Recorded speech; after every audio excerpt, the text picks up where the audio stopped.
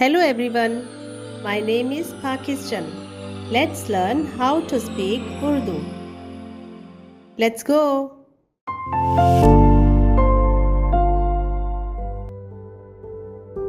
सिला जब 30 बरस का हुआ तो उससे इबर पैदा हुआ। सिला जब 30 बरस का हुआ तो उससे इबर पैदा हुआ। सिला जब 30 बरस का हुआ तो उससे इबर पैदा हुआ। सिला जब 30 बरस का हुआ तो उससे इबर पैदा हुआ। पैदा पैदा पैदा बरस बरस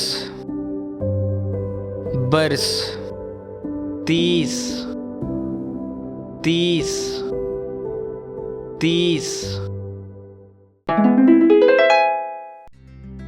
सिला जब 30 बरस का हुआ तो उससे इबर पैदा हुआ।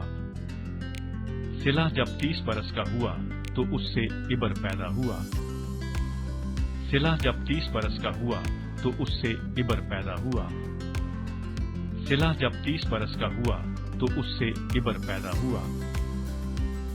पैदा पैदा पैदा बरस बरस बरस 30 30 30 See you again.